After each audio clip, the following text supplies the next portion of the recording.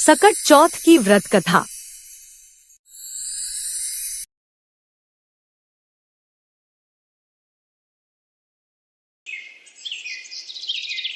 एक बुढ़िया का लड़का सवेरे गाय चराने जंगल में जाता और सांझ पड़े घर आता। सारे दिन की मेहनत के बाद उसे 8 पैसे ही रोज के मिलते, जिससे माँ बेटों का गुजर बसर होता था।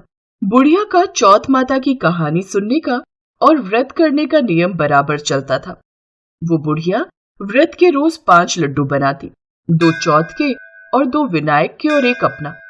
इस तरह नियम पालन करने से वो मोटी होती जा रही थी।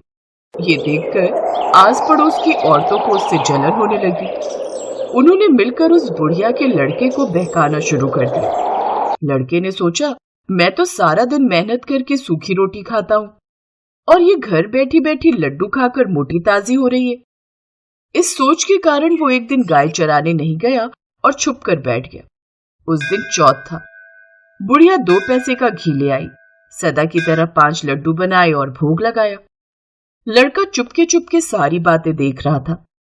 दूसरे दिन वह बुढ़िया से बोला, माँ, मैं कमाने जाऊंगा। यहाँ थोड़ी कमाई है, इसलिए किसी दूसरी जगह जाकर कमाई करूंगा। बुढ़िया ने समझाया बुझाया पर वो नहीं माना, तो बुढ़िया ने हाँ भर दी। बुढ़िया ने जाते समय कुछ अनाज के दाने और एक पानी कलशी अपने बेटे को दी। इनसे वो रोज कहानी सुना करती थी। जाते वक्त बुढ़िया ने समझाया कि ये दोनों चीजें तेरी संकट में सहायता करेंगी, सो सदा इसे अपने पास संभाल कर रखना। सवेरे ही उस बुढ़िया का लड़का चल पड़ा। चलते चलते रास्ते में एक नदी आई।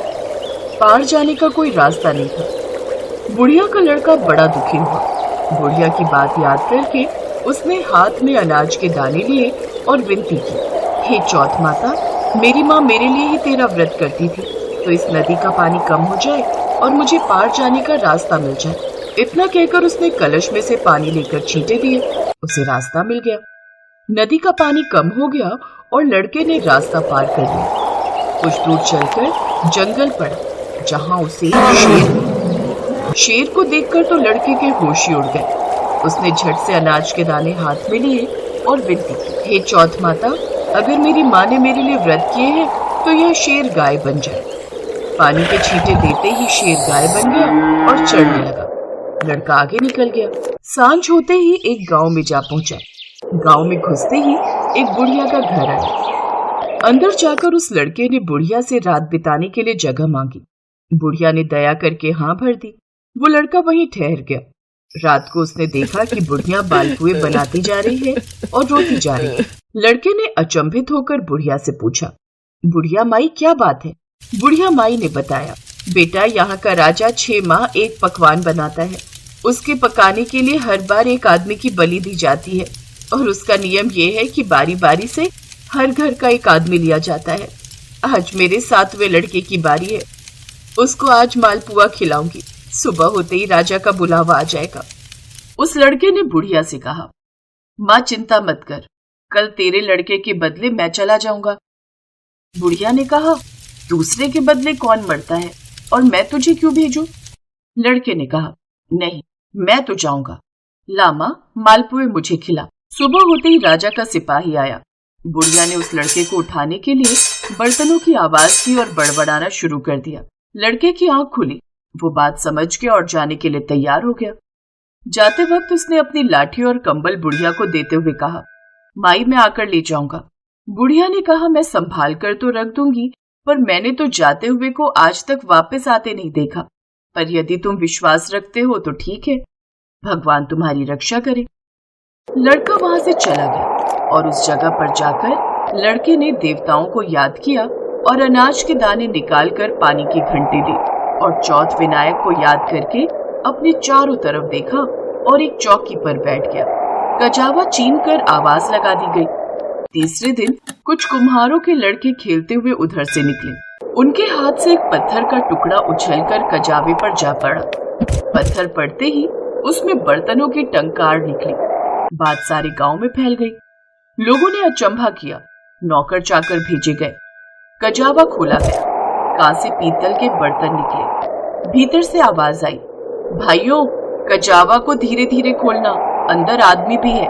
उन्होंने सुझाव दिया कि ये आदमी की ही आवाज है, तुम लोग डरो मत। आखिर में सारा कजावा खोला गया।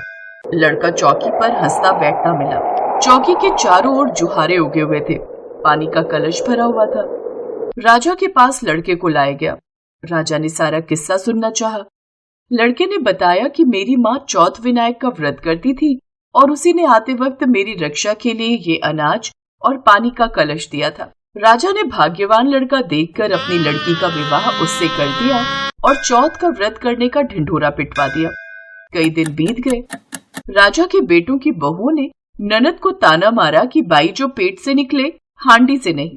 राजकुमारी ने अपने पति से कहा, माए जहां मायका और सास जहां ससुराल। लड़का भी बात समझ गया और उसने राजा रानी से आज्ञा मांगी और राजकुमारी को लेकर अपने गांव की ओर चल पड़ा। गांव के पास पहुंचते ही देखने वालों ने बुढ़िया को खुशखबरी दी। बुढ़िया को विश्वास नहीं हुआ। उसने उपलों के ढेर पर चढ़कर देखा। बेटा बहू आते दिखाई दिए। बुढ़िया ने चौथ विनायक को बार बार नमस्कार किया। बेटे बहू ने आकर बुढ़िया के पैर छुए। घर में आनंद छा गया। गांव भर में चौथ के व्रत का ढिंढोरा पिटवाया गया। सभी कोई व्रत रखे कहानी सुने। सकट चौथ का व्रत कृष्ण पक्ष चौथ को किया जाता है। इसी दिन विद्या, बुद्धि, वारिधि, गणेश तथा चंद्रमा की पूजा करनी चाहिए। दिन भर व्रत रहने के बाद सायंकाल चंद्र दर्शन होने पर दूध का अर्घ्य देकर चंद्रमा की विधिवत पूजा की जाती है। पुत्रवती माताएं पुत्र तथा पति के सुख समृद्धि के लिए व्रत रखती हैं। इस विधि से करें पूजा। सकट चौथ के दिन ब्रह्म मुहूर्त के दौरान स्नान कर स्वच्छ वस्त्र धारण करें। बच्चों की लंबी उम्र के लिए सकट माता की पूजा करें। चंद्रोदय के समय चंद्रमा को अर्घ्य अर्पित करें और चंदन, फूल, धूप, दीप और नैवेद्य चढ़ाकर सकट माता की पूजा करें। सकट चौथ व्रत की कथा जरूर पढ़ें और पूजा समाप्त करें।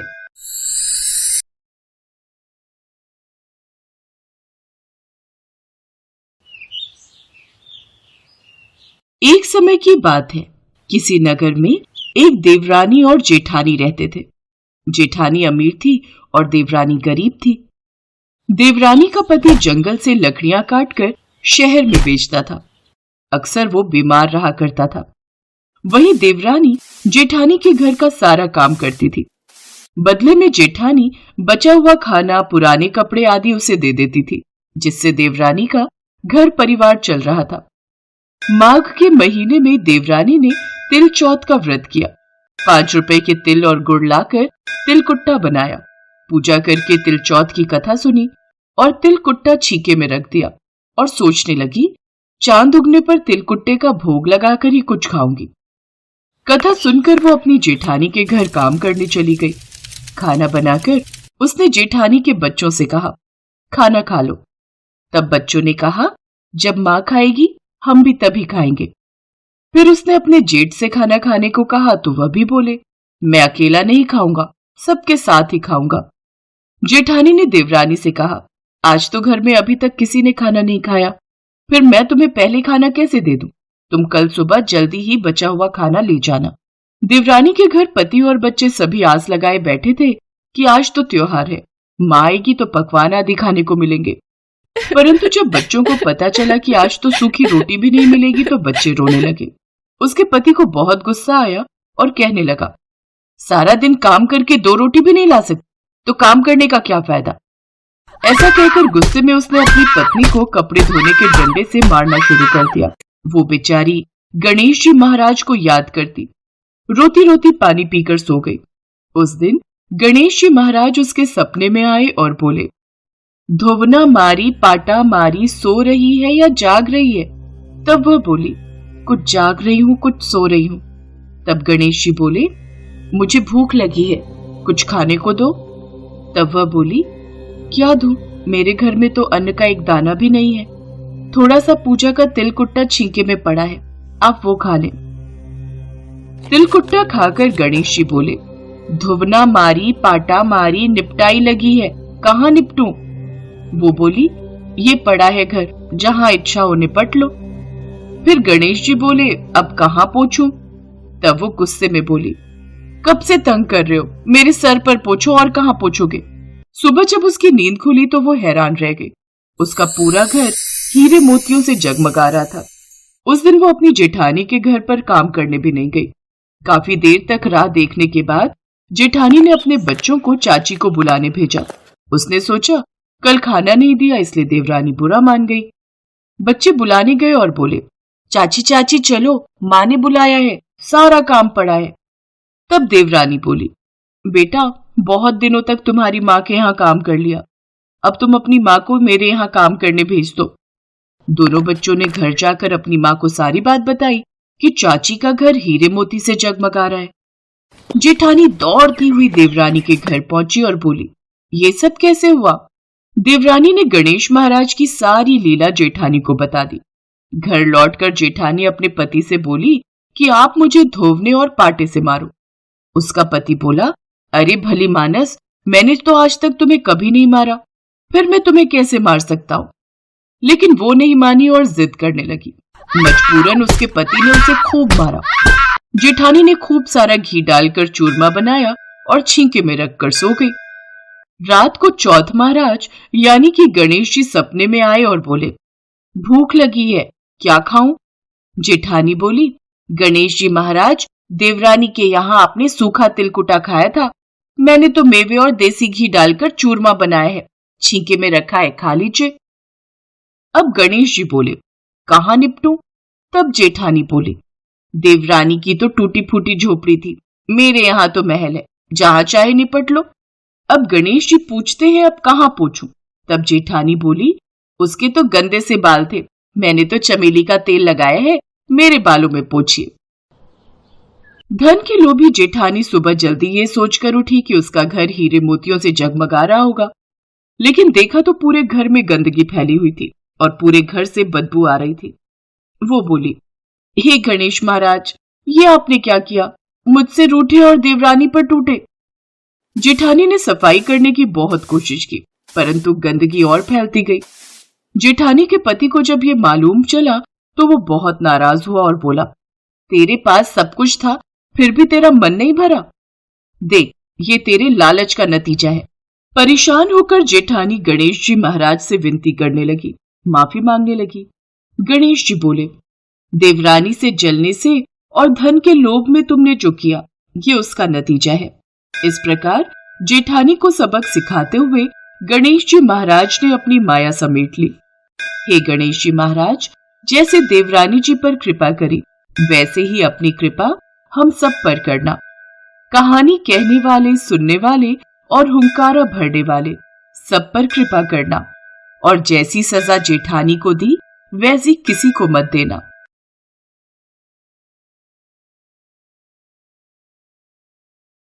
एक गांव में देवरानी और जेठानी रहती थी।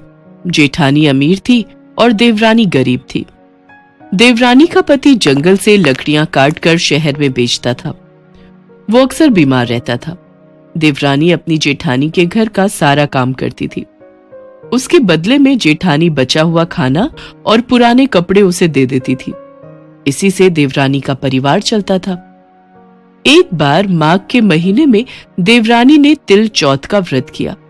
देवरानी ने 5 रुपए के तिल और गुड़ लाकर तिलकुटा बनाया और पूजा करने के बाद तिल चौथ की कथा सुनी।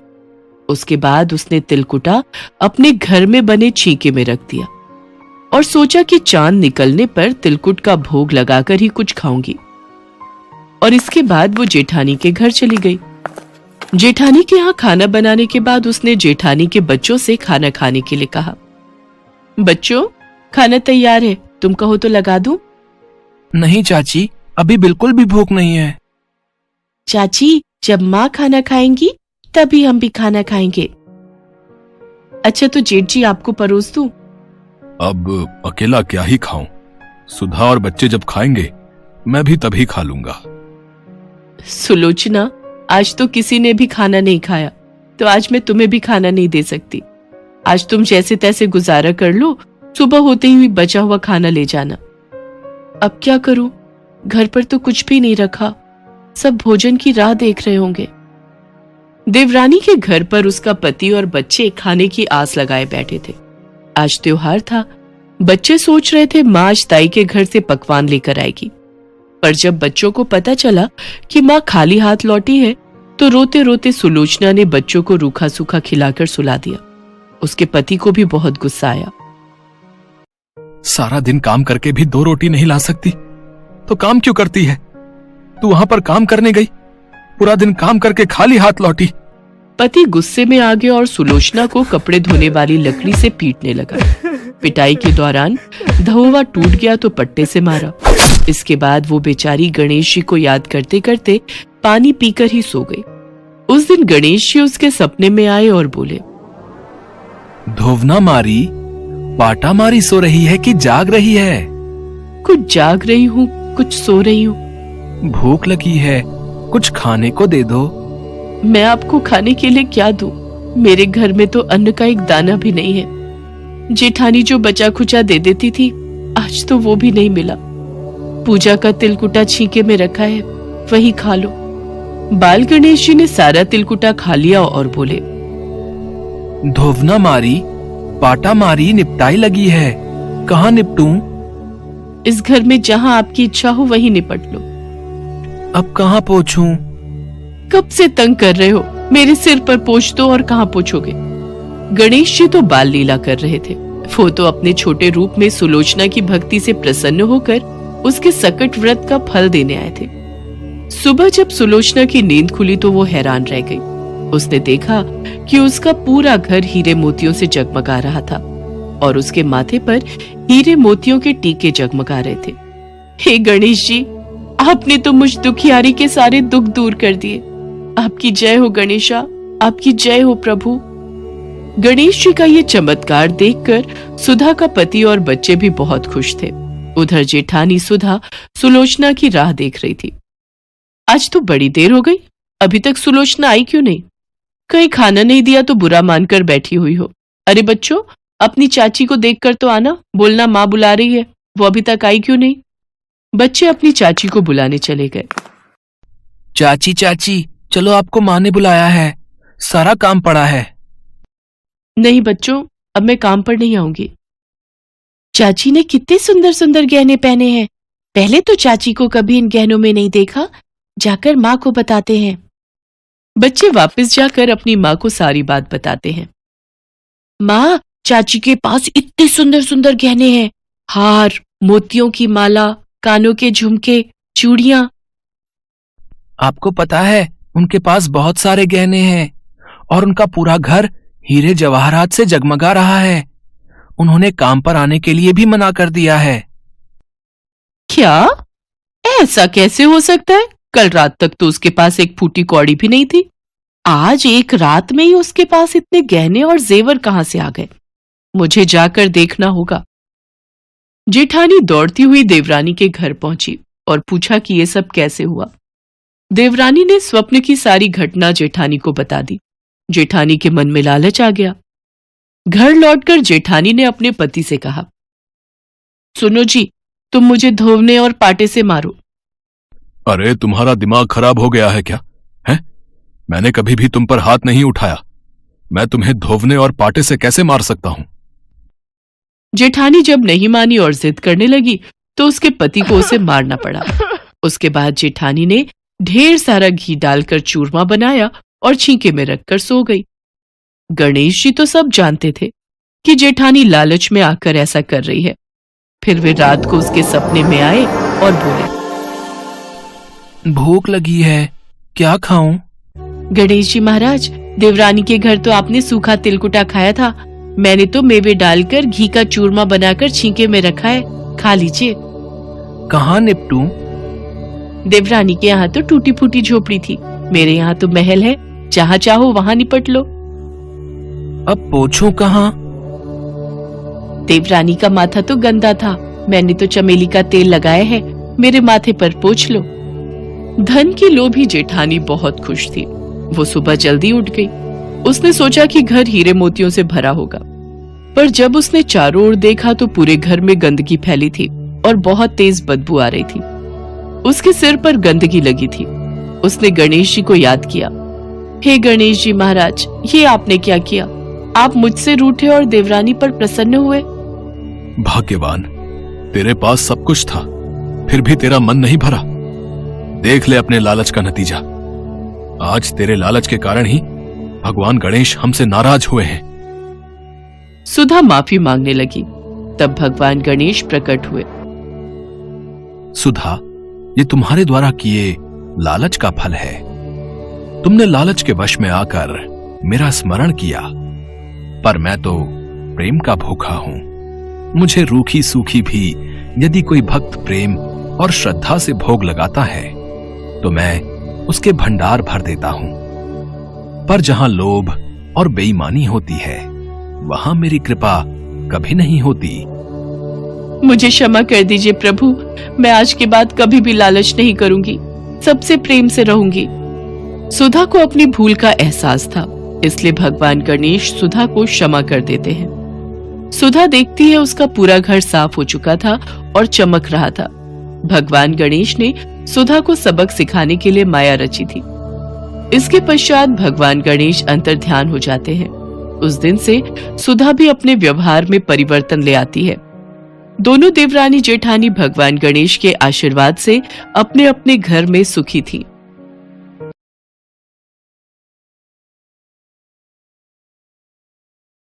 सर्वप्रथम सुबह स्नान करके शुद्ध होने के बाद मेहंदी लगाएं। इस दिन सफेद तिल और गुड़ का तिलकुट बनाएं। इसके बाद पूरे दिन निराहार व्रत करने के बाद शाम को पट्टे पर जल का लोटा, चावल, रोली, 1 कटोरी तिलकुट और कुछ रुपए रखें। अब सतिया बनाकर पाटा उस पर रख दें। इसके बाद गणेश जी की पूजा और वंदना करें। पूजा में गजाननम भूत गणादि सेवितम कपित्थ जम्बु फल चारु भक्षणम उमासुतम शोक विनाशकारकम नमामि विघ्नेश्वर पाद पंकजम। इस श्लोक का पाठ करें और उन्हें पुष्प और नैवेद्य अर्पित करें। नैवेद्य में तिल तथा गुड़ के बने हुए लड्डू, गन्ना, शकरकंद, अमरूद, गुड़ तथा घी शामिल करें। अब चौथ की कहानी सुनने के बाद 1 कटोरी में तिलकुट और रुपए रखकर सास या घर के बड़े के पैर छूकर उसे दें। इसके बाद हाथ में जल और तिलकुट लेकर चंद्रमा को अर्घ्य दें और प्रणाम करके संतान की लंबी आयु का आशीर्वाद मांगें। सारे कार्य के बाद भोजन करने से पूर्व इच्छा अनुसार रुपए और तिलकुट जो भी कथा सुनाए उसे दे दें। स्वयं भी तिलकुट को प्रसाद रूप में ग्रहण करें। ज्योतिष शास्त्र के अनुसार अगर जातक या जातिका की कुंडली में बुध ग्रह से पीड़ा या कष्ट मिल रहा हो तो उन्हें भी आज के दिन गणेश चतुर्थी का व्रत व पूजन करना चाहिए। चाहे आपके घर में नकारात्मक ऊर्जा हो, कुंडली में बुध ग्रह अशुभ स्थिति में हो या आपके द्वारा किए जा रहे कार्यों में आपको सफलता नहीं मिल रही हो, ऐसी स्थिति में हर बुधवार को भगवान श्री गणेश को प्रसन्न कर समस्याओं का समाधान किया जा सकता है। आज के दिन पूजनोपरांत गणेश जी के 1008 नाम से या ओम गम गणपतये नमः मंत्र से 17 बार गणेश जी को निम्न मंत्र से दूर्वा अर्पित करने से समस्त कष्ट दूर होते हैं व आपके मनोरथ की पूर्ति होती है। इस व्रत के दौरान विभिन्न स्थानों पर अलग अलग परंपराओं का पालन किया जाता है। जैसे कई स्थानों पर नैवेद्य सामग्री तिल, ईख, गंजी, अमरूद, गुड़ तथा घी से चंद्रमा एवं गणेश जी को भोग लगाया जाता है। यह नैवेद्य रात्रि भर डलिया इत्यादि से ढककर यथावत रख दिया जाता है, जिसे पहाड़ कहते हैं। पुत्रवती माताएं पुत्र तथा पति की सुख समृद्धि के लिए व्रत रहती हैं। सबसे बड़ी विशेषता यह है कि उस ढके हुए पहाड़ को पुत्र ही खोलता है तथा भाई बंधुओं में वितरित करता है। मान्यता है इससे आपस में प्रेम भाव स्थापित होता है। अलग अलग राज्यों में विभिन्न प्रकार के तिल और गुड़ के लड्डू बनाए जाते हैं। तिल के लड्डू बनाने के लिए तिल को भूनकर गुड़ की चाशनी में मिलाया जाता है। कुछ जगह गुड़ को तिल के साथ कूटकर बनने वाले तिलकूट का पहाड़ बनाया जाता है, तो कहीं पर इसका बकरा भी बनाते हैं। गणेश पूजा करके तिलकुट के बकरे की गर्दन घर का कोई बच्चा काटता है और उसको प्रसाद रूप में खाते हैं। वैसे तो इस दिन कई कथाएं पढ़ी जाती हैं, परंतु एक प्रचलित कथा के अनुसार एक गांव में एक साहूकार और साहूकारनी रहते थे। दोनों ही कोई पूजा पाठ नहीं करते थे। संभवतः इसी कारण उनकी कोई संतान नहीं थी। एक दिन साहूकारनी अपने पड़ोसी के घर गई तो उसने देखा कि वो कोई पूजा कर रही है। पूछने पर पता चला कि उस दिन सकट चौथ थी और पड़ोसिन उसी की पूजा कर रही थी। साहूकारनी ने उससे पूछा कि चौथ का व्रत करने से क्या होता है।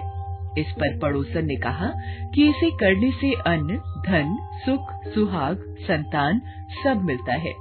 इस पर साहूकारनी ने कहा, यदि वो गर्भवती हुई तो 1.25 सेर तिलकुट बनाकर चौथ का व्रत करेगी। गणपति की कृपा से वो गर्भवती हो गई। तब उसने संतान के जन्म पर व्रत पूजा करने का इरादा किया। कुछ समय बाद उसका पुत्र हुआ तो फिर उसने व्रत को टाल दिया और कहा कि जब उसके बेटे का विवाह होगा तब वो सकट का व्रत करेगी। बेटा बड़ा हुआ और उसका परदेश में विवाह सुनिश्चित हो गया। जब बेटा बारात लेकर गया तब भी साहूकारनी ने व्रत करने का इरादा नहीं दिखाया। इससे गणेश भगवान रुष्ट हो गए और चौथ माता भी नाराज हो गई, जिसके चलते बेटा फेरों के बीच से अदृश्य हो गया और चौथ माता ने उसे जंगल में पीपल के पेड़ पर बिठा दिया। बहुत खोजने पर भी जब वर नहीं मिला तो विवाह आधा हुआ रह गया और सभी अपने घर चले गए। एक दिन उस युवक की अर्ध विवाहित पत्नी अपनी सहेलियों के साथ पूजा के लिए दूब लेने जंगल गई। रास्ते में वही पीपल का पेड़ पड़ा जिस पर उसका आधा पति बैठा था। उसने आवाज दी, ओ मेरी अर्धब्याही। डरकर लड़की घर चली आई, पर दुख से सूखने लगी। जब उसकी माँ ने उसका कारण पूछा तो उसने जंगल की घटना का जिक्र किया। उसकी माँ उसी स्थान पर गई तो उसने देखा कि सेहरा पहने साफा बांधे उसका जमाई पीपल पर बैठा है। उसने इसका कारण पूछा तो लड़के ने बताया, माँ ने बोलने के बाद भी चौथ का तिलकुट नहीं किया, इसलिए चौथ माता ने नाराज होकर मुझे यहाँ बैठा दिया। ये सुनकर लड़की की माँ साहूकारनी के घर गई और उससे पूछा कि तुमने सकट चौथ का कुछ बोला था। तो उसने कहा, हाँ, तिलकुट बोला था। तब उसकी समधिन ने कहा कि बोलने के बावजूद अपना वचन न निभाने के कारण सबको दंड भुगतना पड़ रहा है। इस पर साहूकारिनी ने कहा कि जैसे ही उसका बेटा बहू लेकर घर आएगा वो तिलकुट करेगी। इससे गणेश जी प्रसन्न हो गए और उसके बेटे को मुक्त करके फेरे पूरे करने का आशीर्वाद दिया। धूमधाम से विवाह हो गया और वो बहू को लेकर घर आया। इसके बाद प्रसन्न साहूकारनी ने 2.5 मन तिलकुट का पूजन किया। साथ ही प्रार्थना की कि हे श्री गणेश और चौथ माता, जैसे आपके आशीर्वाद से मेरे कष्ट दूर हुए ऐसे सबके दूर हों और वो हमेशा सकट चौथ और तिलकुट करने लगी। तभी से सब लोग इस कथा को पढ़कर इस व्रत को करते हैं।